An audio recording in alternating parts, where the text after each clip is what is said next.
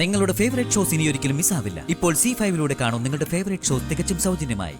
കോടിക്കണക്കിന് വിലയുള്ള മാല സമ്മാനമായിട്ട് പറഞ്ഞിട്ടുണ്ടല്ലോ, അതിന്റെ ഗൗരവം അവര് കാണിക്കാതിരിക്കോ? ആയുഷ്കാലം ഈ മത്സരം നിലനിർത്താൻ എന്തെങ്കിലും ഒരു മാർഗം ഉണ്ടോ തോന്നുന്നു.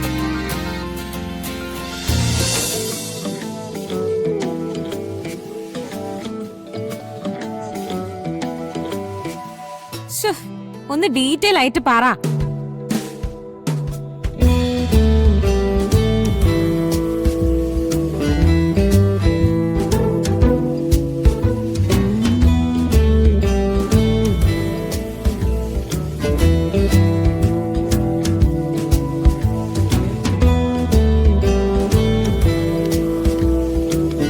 ഇതെന്താ ഇത്ര കാണിക്കാനുള്ളത്?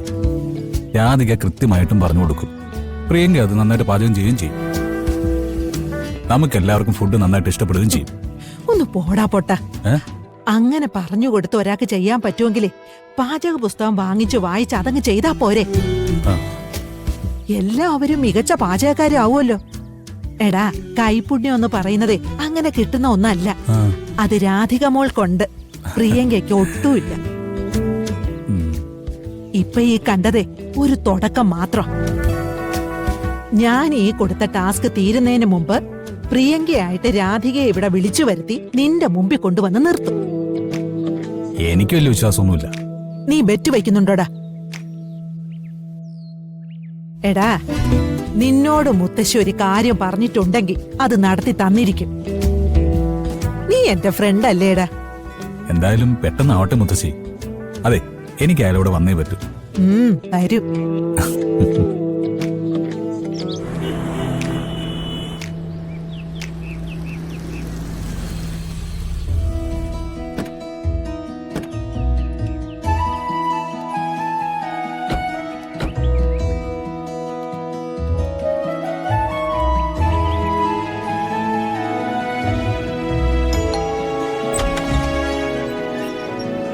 Hello, good morning.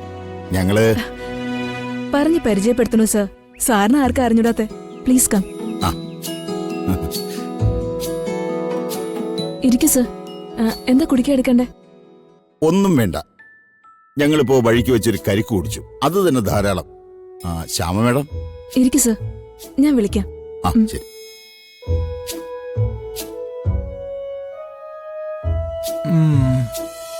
എന്നാലും സാർ, നമ്മുടെ ഹീറോയിനും ശ്യാമ മേഡവും തമ്മിലുള്ള സാമ്യം വല്ലാത്തൊരു അമ്പരപ്പം. സത്യം പറയാലോ, അവരുടെ സാദൃശ്യം വെച്ച് ഞാൻ ചില കഥയൊക്കെ മെനഞ്ഞിട്ടുണ്ട്. എടോ, കഥാകൃത്തുക്കൾക്കൊരു സാധ്യത കിട്ടിയാൽ അത് ഉപയോഗിക്കും, അതിന് തെറ്റൊന്നുമില്ല. ഓ, പക്ഷെ ശ്യാമ മേഡം വെറും ഒരു സെലിബ്രിറ്റി അല്ല. ഇതുവരെ ഒരു ഗോസിപ്പിലും പെട്ടിട്ടില്ല. ഒരാളും അവരെക്കുറിച്ച് ഒരു മോശം വാക്ക് സംസാരിച്ചിട്ടുമില്ല. ടോട്ടൽ ഫിലിം ഇൻഡസ്ട്രിയിൽ നന്മയുടെ ഒരു പ്രതീകത്തിനെ ചൂണ്ടിക്കാണിച്ചു കൊടുക്കാൻ പറഞ്ഞാൽ എല്ലാവർക്കും ഒരു സ്വരത്തിൽ പറയാനുള്ള ആളാണ് ശ്യാമ മേഡം. അതുകൊണ്ട് തൽക്കാലം താൻ മെനഞ്ഞുണ്ടാക്കിയ കഥ അവിടെ ഇരിക്കട്ടെ. ശ്യാമ മേഡവും രാധികയും തമ്മിലുള്ള സാമ്യം ഇപ്പോ തൽക്കാലം നമ്മൾ ചർച്ചയ്ക്ക് എടുക്കുന്നില്ല. ഓക്കെ? ഓക്കെ സാർ, ഞാൻ എന്റെ ശീലം കൊണ്ടെന്ന് പറഞ്ഞു പോയതാ. നമ്മളെ സംബന്ധിച്ചിടത്തോളം അവർ രണ്ടുപേരും രണ്ട് വ്യക്തികളാണ്, കഴിവുള്ള രണ്ടുപേർ. രണ്ടുപേരെയും നമുക്ക് ആവശ്യമുണ്ട്. നമസ്കാരം മേഡം. Good morning. ശരി. ഇന്ദ്രജിത്ത് ഈ വഴി വരുമെന്ന് ഞാൻ കരുതിയില്ല. വരുന്നത് കൊണ്ടെന്താ, ശ്യാമ മേഡത്തിന്റെ മുന്നിലേക്കല്ലേ? അല്ല, താനിപ്പോ വളരെ ഉയരത്തിലല്ലേ, അതുകൊണ്ട് പറഞ്ഞതാ. എത്ര ഉയരത്തിലായാലും ശ്യാമ മേഡത്തിന്റെ മുന്നിൽ വന്ന് ശിരസ് കുനിക്കുന്നത് ഐശ്വര്യമാണ്.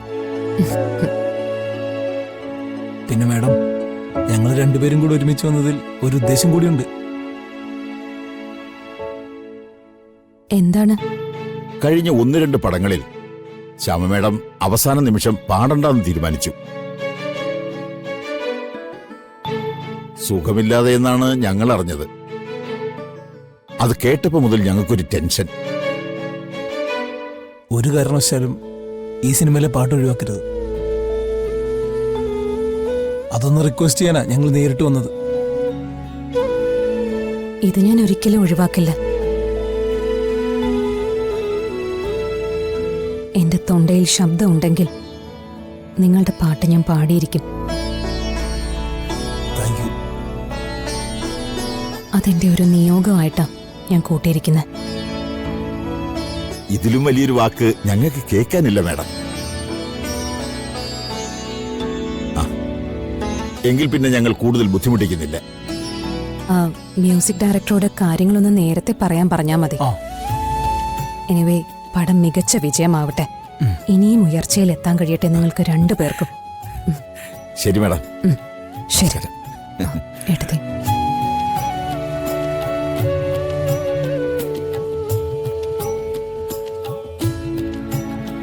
ശരി, ഇറങ്ങട്ടെ. ശരി.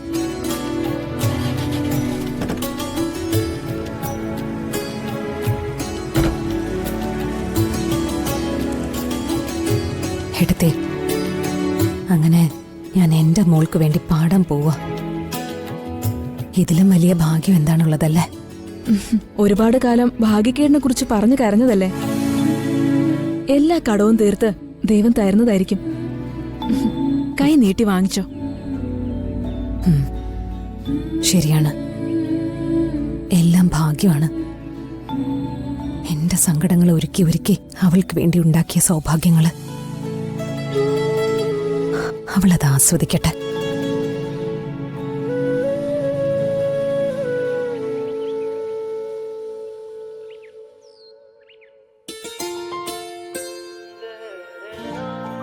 അമ്മേ, എങ്ങനെ പോകുന്നു കുടുംബത്തിനകത്തെ മത്സരം? മരുമക്കള് രണ്ടുപേരും നല്ല വാശിയില അല്ലേ പത്മിനി? സത്യത്തിൽ എങ്ങനെ ഒരു മത്സരത്തിന്റെ കാര്യം അമ്മ പറഞ്ഞപ്പോ എനിക്കൊട്ടും വിശ്വാസം ഉണ്ടായിരുന്നില്ല. പക്ഷേ രണ്ടുപേരുടെ ആത്മാർത്ഥത കണ്ട അതിശയിച്ചു പോവും. കോടിക്കണക്കിന് വിലയുള്ള മാല സമ്മാനമായിട്ട് പറഞ്ഞിട്ടുണ്ടല്ലോ. അതിന്റെ ഗൗരവം അവര് കാണിക്കാതിരിക്കോ? ആയുഷ്കാലം ഈ മത്സരം നിലനിർത്താൻ എന്തെങ്കിലും ഒരു മാർഗം ഉണ്ടെന്ന് തോന്നുന്നു. ഈ അസൂയയും കുശുമ്പൊക്കെ അവസാനിപ്പിച്ച് ഇവര് മനുഷ്യരെ പോലെ ജീവിക്കാൻ തുടങ്ങുമല്ലോ.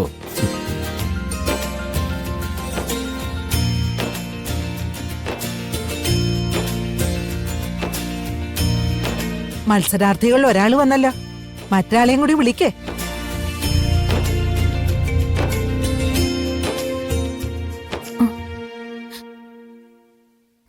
ഞാൻ പാചകം ചെയ്തുകൊണ്ടിരിക്കുകയായിരുന്നു മുത്തശ്ശി.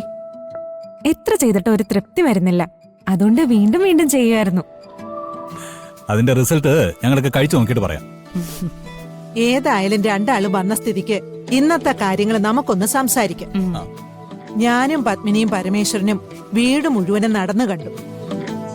ഇന്ന് ക്ലീനിങ് ജോലികൾ മുഴുവനും ചെയ്തത് കൽപ്പനയാണല്ലോ. എന്തെങ്കിലും പിഴവുണ്ടോ അമ്മേ? ഏയ്, ഒരു പിഴവുമില്ല. നല്ലൊരു കുടുംബിനി വീട് എങ്ങനെ സൂക്ഷിക്കണമെന്ന് ആഗ്രഹിക്കുന്നോ അങ്ങനെയൊക്കെ കൽപ്പന മോള് ചെയ്തിട്ടുണ്ട്.